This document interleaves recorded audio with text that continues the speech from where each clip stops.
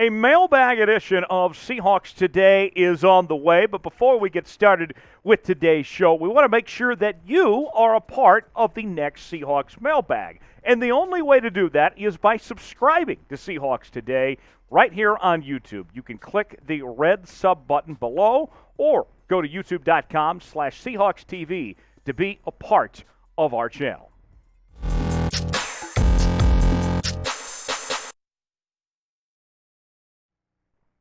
You got questions? I have answers. Welcome to Seahawks Today, powered by Chat Sports. Tyler Jones here with you. Appreciate you joining us each week on the channel. We take your questions that you have for us in our community tab, and we answer them on a variety of topics concerning Seahawk fans.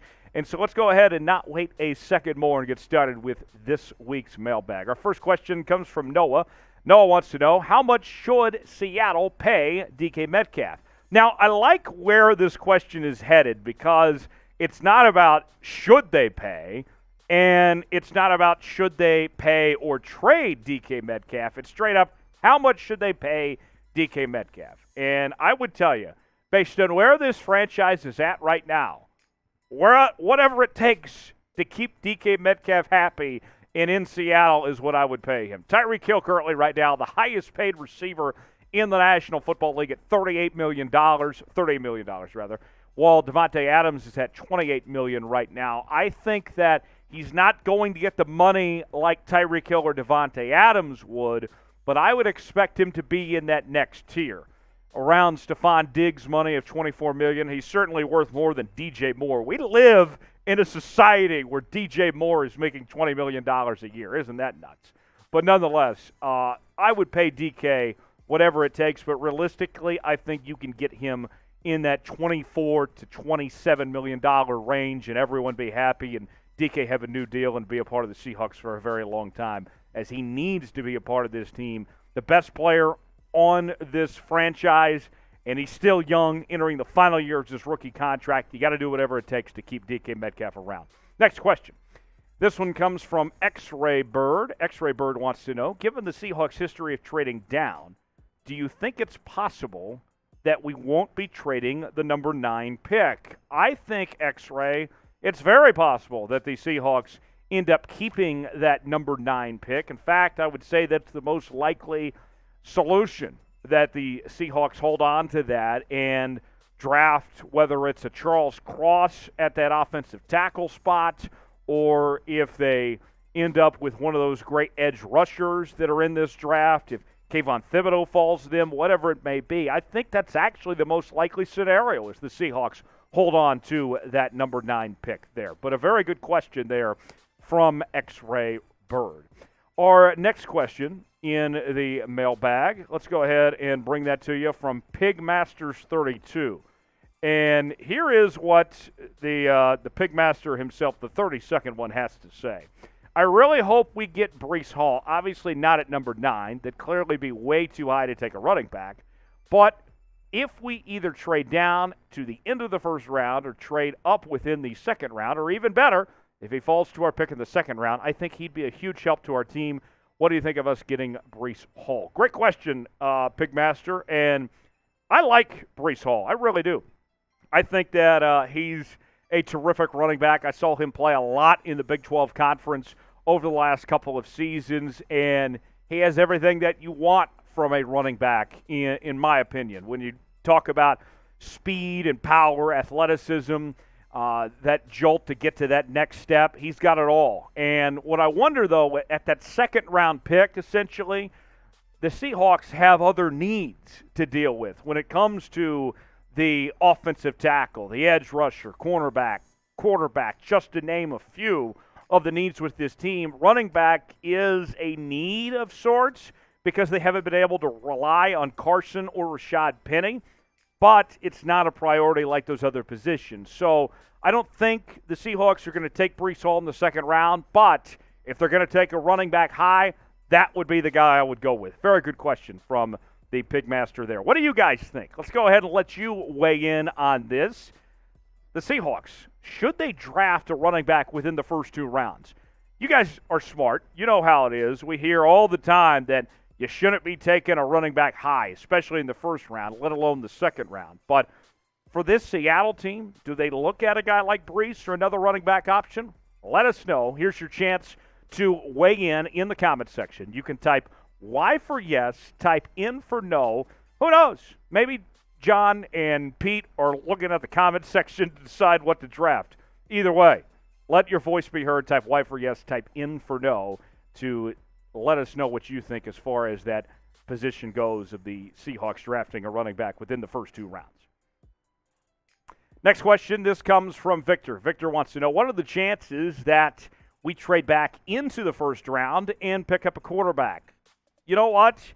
I think the chances are pretty good that the Seahawks make this move because I think the top 2 quarterbacks on our big board, this is according to a friend of the show, Tom Downey, his quarterback big board that he has with Malik Willis 1, Kenny Pickett, and then followed by Ritter, Corral, and Howe. I think there's a very good chance that Willis and Pickett are off the board by the time the Seahawks pick at 9. And Ritter might not even be around. Who knows? We've seen his projections jump up within the last couple of weeks or so. But Matt Corral is an end of the first round guy. Maybe he goes early in that second round. I think for the Seahawks, if they really do believe in Ritter or Corral, either one, as their guy, then I could very well see them trading up for Ritter or Corral. I don't think they're going to be making any moves to try to get Sam Howell, but if Ritter or Corral are still available late in the first and the interviews go well and they believe in him, they very well could trade for one of those 2 guys as far as I'm concerned. Now, speaking of trades here on Seahawks Today, we have all your trade rumors covered as well as the rest of the entire offseason. And the easiest way to get all that information is to subscribe to Seahawks Today. Daily Seahawks content. YouTube.com/Seahawks TV. Hit the red sub button. You can see videos like the DK Metcalf trade rumors that we covered from ESPN just a couple days ago. And the easiest way to do so, YouTube.com/Seahawks TV to get those videos right into your inbox here on the channel. Next question. This comes from Christian. Christian wants to know, I know we're not going anywhere near the 2023 NFL draft, but do you think Bryce Young would be a good fit for the Seahawks and why? Wow. We're already getting a Bryce Young question about being the next Seahawks quarterback. We haven't even got through this draft yet, and we're already talking about Bryce Young. Bryce Young is, by all accounts, going to be the number 1 pick in the 2023 draft and has all the intangibles you could think of when it comes to a first-pick quarterback. And he's better than anyone in this draft class. If he was eligible to come out this year, he would be the number 1 overall pick in this year's draft. With what he did last year, winning a Heisman, 13-2 in his first year as the starter at Alabama, taking them to the college football playoff and winning the SEC. He had a very good year. And I think that he's a guy that is going to have a bright future in this league, but I don't mortgage the future on Bryce Young. You don't tank for this year to get Bryce Young. That's what it would take to get this guy based on all signs pointing to where he's going to be picked next year. You would have to be one of the worst teams in this league. And I don't think that you sacrifice this entire year just to get Bryce Young. There'll be better quarterbacks in next year's draft, a lot better than this class, but I wouldn't go that far. Bryce Young, going to be a great quarterback, but I'm not sacrificing this year just to get in position to try to get Bryce Young next year. What do you guys think, though? This year in drafting a quarterback, we showed you all the options of what the Seahawks could do when it comes to quarterbacks in this draft. Do you think this is the year to get a quarterback in the first round for the Seahawks or one of those early picks? Let us know. Type D for draft, type P for pass if you think the Seahawks should draft a quarterback this time around, or should they wait on a guy like Bryce Young next year? Let us know. Type D for draft, type P for pass. Next question comes from Jared. Yes, we went to Jared. Why do people not want us to get Baker Mayfield? I'm from Ohio. Watch a lot of Browns games when the Seahawks aren't playing. He's at least 100 times better than Drew Lock. Well, there's a couple of reasons. And one of those is the fact the money that Baker Mayfield is going to be owed this year. Doesn't matter what team he plays for, whether it's the Cleveland Browns, the Seattle Seahawks, the Pittsburgh Steelers, whoever Baker Mayfield puts a uniform on, he will be paid almost $19 million this next season.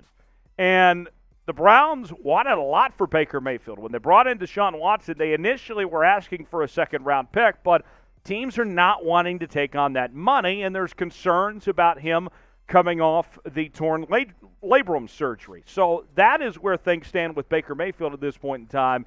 He's a very good quarterback. I would love to see him in Seattle, but those questions are still there. If he's worth that price tag coming off a not-so-great year and also that surgery there, those are the concerns in regards to Baker Mayfield.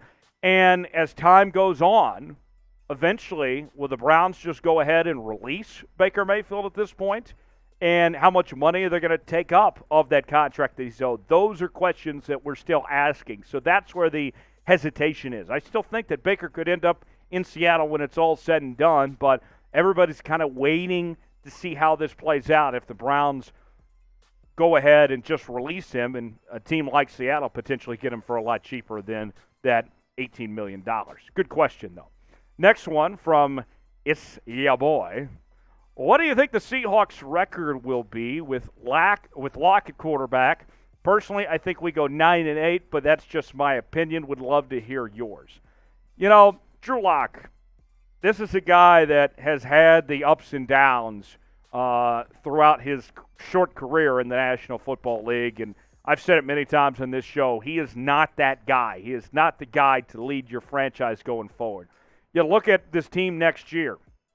As of right now, Drew Lock would be the starting quarterback if the season started today. They still have $15 million plus to spend, and about 5 of that will go towards draft picks, which they have 8 total picks as of right now. And you look at those needs, quarterback, tackle, edge, linebacker, and corner, as we've mentioned there. Coming off that 7-10 season, winning 7 games with Russell Wilson last year, I think that there's a drop-off. I think you're talking about this under Drew Lock probably being about a 5-win team, maybe. And that might be being kind. That's assuming that you get DK Metcalf back and such. So, no, I don't feel good about this team with Drew Lock under center at this point in time. If they can go draft a quarterback or make a move for a veteran, Drew Lock's not that guy. I wouldn't buy into what Drew Lock is selling right now. I think you're talking about a 5-win team if Drew Lock has to be that guy going forward. But great questions. Thanks for taking part in our mailbag this week. If you want to be a part of next week's mailbag, then subscribe to the channel, youtube.com/Seahawks TV, and turn on the notifications.